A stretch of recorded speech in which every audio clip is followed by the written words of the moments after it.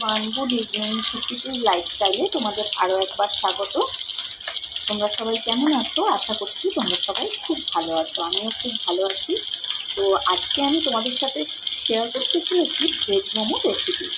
তো মোমো বানানোর আগে একটা কথা তোমাদের সাথে বলে নিই, মোমোর সাথে আমরা যে মানে চাটনিটা খেয়ে থাকি, সেই চাটনিটা কীভাবে আমরা নিজেরা ঘরে বানিয়ে ফেলতে পারি সেই রেসিপিটা তোমাদের সাথে শেয়ার করবো। তো দেখো, এখানে চাটনিটা বানানোর জন্য আমি প্রথমে কড়াইতে তেল গরম করে 3টে কেটে রাখা টমেটো আর 3টে শুকনো লঙ্কাকে অর্ধেক করে কেটে দিয়ে দিয়েছি। এর সাথে দিয়ে দিচ্ছি সামান্য পরিমাণ লবণ।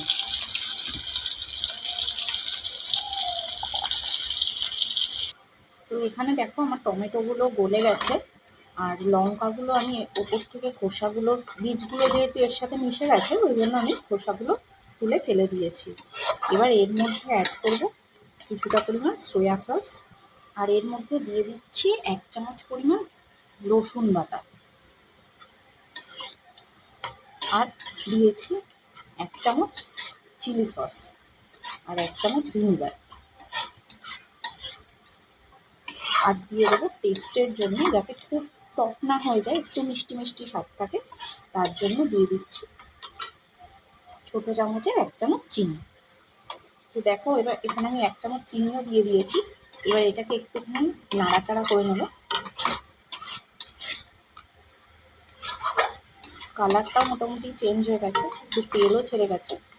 এবার এর মধ্যে আমি দিয়ে দেবো সামান্য পরিমাণ জল। জলটা তোমরা বুঝে দেবে। সসটা বেশি লিকুইড হবে না, এটা একটু গাঢ় হয়। তোমরা সবাই খেয়েছো, সবাই জানো, তাও আমি বলে দিচ্ছি। এবার এটাকে একটু ফুটিয়ে নেব। তো দেখো বন্ধুরা, এখানে আমার সস কিন্তু একদম রেডি। তোমরা এইভাবে বাড়িতে বানিয়ে নিতে পারো মোমোর সাথে খাওয়ার জন্য। এর সাথে তোমার স্যুপ না হলেও চলবে, শুধু সসটা দিয়ে তোমরা মোমো বা ডিমসাম যাই বলো সেগুলোকে খেয়ে নিতে পারবে। তো চলো এবার পরবর্তী রেসিপি মোমোতে যাওয়া যাক।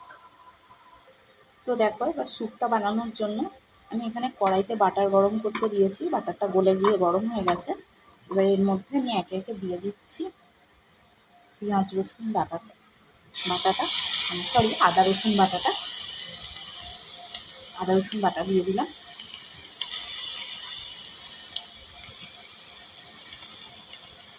এখানে কুচিয়ে রাখা ছোটো ছোটো করে কুচিয়ে রেখেছি আদা রসুন, সেটাও দিয়ে দিলাম।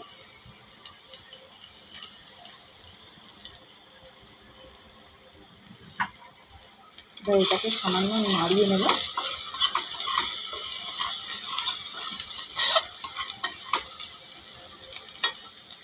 নিয়ে এর মধ্যে দিয়ে দিচ্ছি স্যুপে দেওয়ার যে সবজিগুলো। আমি এখানে বাঁধাকপি আর গাজর নিয়েছি। তোমাদের যদি বিনস থাকে তোমরা বিনস দিতে পারো।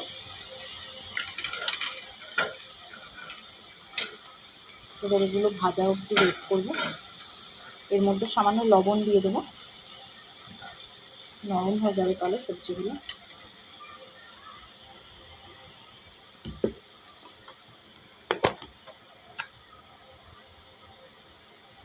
লবণ দিয়ে দিলাম।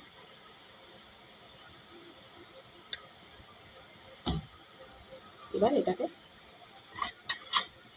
একটু নিয়ে ঢাকা দিয়ে রেখে দেবো সবজিগুলো নরম হওয়া অবধি।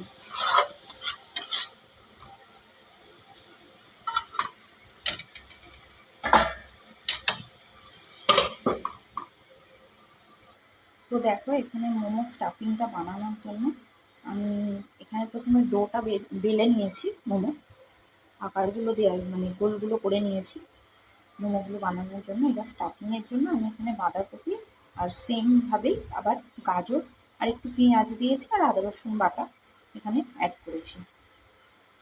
এবার আমি স্টাফিংটা বানানোর জন্য এর মধ্যে দিয়ে দিচ্ছি পুরগুলো, দিয়ে মোমোগুলো তৈরি করে নেব। তো দেখো, এখানে আমার মোমোগুলোকে শেপ দেওয়া হয়ে গেছে। তো এখানে আমি স্টিমে বসিয়েছি মোমোগুলোকে। এবার এর উপর দিয়ে একটা ঢাকনা দিয়ে দেবো। আমি পটলি শেপে দিয়েছি, তোমরা চাইলে অন্যান্য শেপেও বানাতে পারো। এবার এটাকে আমি স্টিমে দিয়ে দিচ্ছি। দেখো বন্ধুরা, এখানে মোমো কিন্তু আমার রেডি হয়ে গেছে।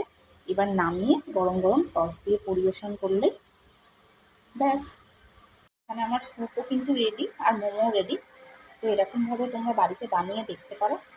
আর আমার ভিডিওটা কেমন লাগলো সেটা কমেন্ট করে অবশ্যই জানাতে ভুলো না। আর ভিডিওটা ভালো লাগলে একটা লাইক করে চ্যানেলটিকে সাবস্ক্রাইব করে দিও। দেখা হবে আবার কোনো পরবর্তী রেসিপি নিয়ে পরবর্তী কোনো পর্বে। ততক্ষণ পর্যন্ত সবাই খুব ভালো থেকো। টাটা।